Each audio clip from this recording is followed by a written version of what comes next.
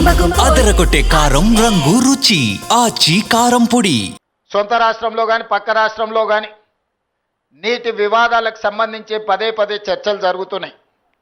నేను ఈ వేదిక మీద నుంచి ఈ రాష్ట్రంలో ఉండి పక్క రాష్ట్రంలో రాజకీయ పార్టీలలో ఉన్న ప్రజాప్రతినిధులకు ఒక సూచన చేయదలుచుకున్నా, ఒక విజ్ఞప్తి చేయదలుచుకున్నా. మీకు పంచాయతీలు కావాలన్నా నీళ్లు కావాలన్నా అని ఎవరైనా నన్ను అడిగితే తెలంగాణ రాష్ట్రానికి నీళ్లు కావాలని నేను కోరుకుంటా.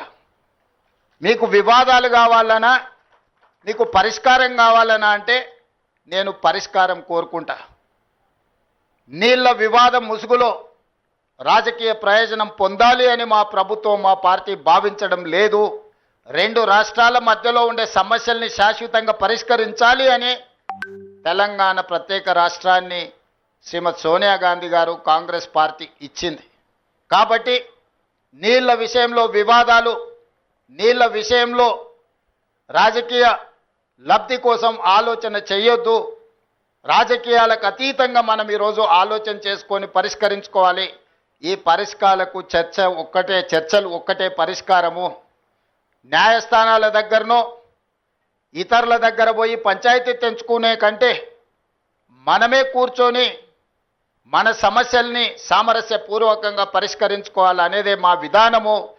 పక్క రాష్ట్ర ముఖ్యమంత్రి గారికి నేను విజ్ఞప్తి చేస్తున్నా. కృష్ణా నదిలో ఉన్న మా పాలమూరు రంగారెడ్డి ఎత్తిపోతలు కావచ్చు, మా కల్వకుర్తి లిఫ్ట్ ఇరిగేషన్ కావచ్చు, మా డిండి ప్రాజెక్టు కావచ్చు, మా ఎస్ఎల్బిసి భీమా నెట్టంపాడు ప్రాజెక్టులు కావచ్చు, ఉమ్మడి రాష్ట్రంలోనే మంజూరైన ప్రాజెక్టులు. వీటి అనుమతులకు మీరు అడ్డంకి పెట్టకండి. వీటి అనుమతులకు మాకు సహకరించండి. ఉమ్మడి రాష్ట్రంలో ఉన్నప్పుడే మంజూరైన ఈ ప్రాజెక్టులకు ఆంధ్రప్రదేశ్ రాష్ట్రం నుంచి అభ్యంతరాలు రావడం వల్ల ఎన్విరాన్మెంట్ క్లియరెన్సులు కానీ సిడబ్ల్యూసి క్లియరెన్సులు తెచ్చుకోవడంతో మాకు సమస్యగా మారింది. ఇవి రాకపోవడం వల్ల మాకు రావాల్సిన బ్యాంకులో నుంచి రుణాలు కానీ కేంద్ర ప్రభుత్వం అందించాల్సిన సహాయం కానీ యాక్సిలరేటెడ్ ఇరిగేషన్ బెనిఫిషియరీ ప్రోగ్రాంలో కేంద్ర ప్రభుత్వం 60% నిధులు ఇవ్వడానికి అవకాశం ఉన్న ప్రాజెక్టులు మాకు రావడం లేదు. దాంతో మాకు తీరని ఆర్థిక భారం మా రాష్ట్రం మీద పడుతుంది. ఇవన్నీ కూడా మీరు సహకరించండి. మీకేమైనా సమస్యలు ఉంటే కూడా మేము సానుకూలంగా ఆలోచన చేస్తాం. మేము వివాదం కోరుకోవడం లేదు. నేను మరొక్కసారి ఈ వేదిక మీద నుంచి చెప్పదలుచుకున్నా. నేను శాశ్వత పరిష్కారాన్ని కోరుకుంటున్నా. ఇది రాజకీయ ప్రయోజనం కాదు, ప్రజల ప్రయోజనము, రైతుల ప్రయోజనము, పెట్టుబడిదారుల ప్రయోజనము. ఇంతకుముందే మిత్రులు శ్రీధర్ బాబు గారు వస్తూ చెప్తున్నారు, మనం డేటా సెంటర్స్ని అత్యధికంగా ఈ ప్రాంతంలో అడుగుతూ ఉన్నారు. డేటా సెంటర్స్ని ఇక్కడ పెట్టాలి అని అంటే విద్యుత్తుతో పాటు నీరు కూడా అవసరము అని. మరి కృష్ణానది నుంచి నీటిని తరలించాలన్నా యాదాద్రి పవర్ ప్రాజెక్టు నుంచి మనము పవర్ కనెక్షన్స్ తీసుకోవాలన్నా ఈరోజు తెలంగాణ రాష్ట్రానికి పోర్టు లేదు. దేశంలో ఏకైక రాష్ట్రం పోర్టు లేని రాష్ట్రం తెలంగాణ రాష్ట్రం. మరి ఈరోజు పోర్ట్ కనెక్టివిటీ ఉంటేనే మ్యానుఫ్యాక్చరింగ్ యూనిట్ ఇండస్ట్రీస్ వస్తాయి.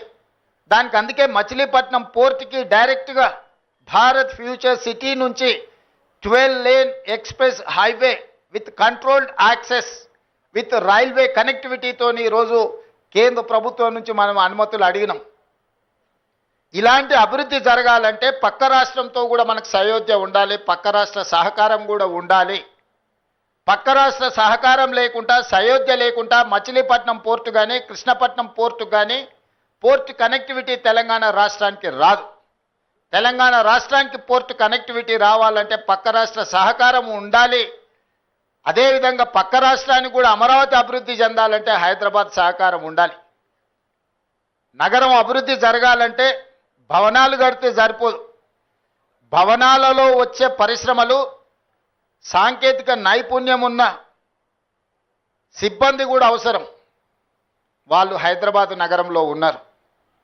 అందుకే రెండు రాష్ట్రాలు ఇచ్చిపుచ్చుకునే ధోరణిలో ముందుకు వెళ్ళాలి. పక్క రాష్ట్రంతో తప్పకుండా చర్చలు కొనసాగుతాయి. పక్క రాష్ట్రాలతో వివాదాలు పెట్టుకోవాలన్న ఆలోచన మాకు లేదు. అది కర్ణాటక అయినా, మహారాష్ట్ర అయినా, ఆంధ్రప్రదేశ్ అయినా, తమిళనాడు అయినా పక్కనుండే రాష్ట్రాలతో వివాదాలు మేము కోరుకోవడం లేదు. పక్కనున్న రాష్ట్రాలతో ఉన్న సమస్యల్ని చర్చల ద్వారా శాశ్వతంగా పరిష్కరించాలని కోరుకుంటున్నాము. పక్క రాష్ట్రాలను కూడా ఒక అడుగు ముందుకు వేయండి.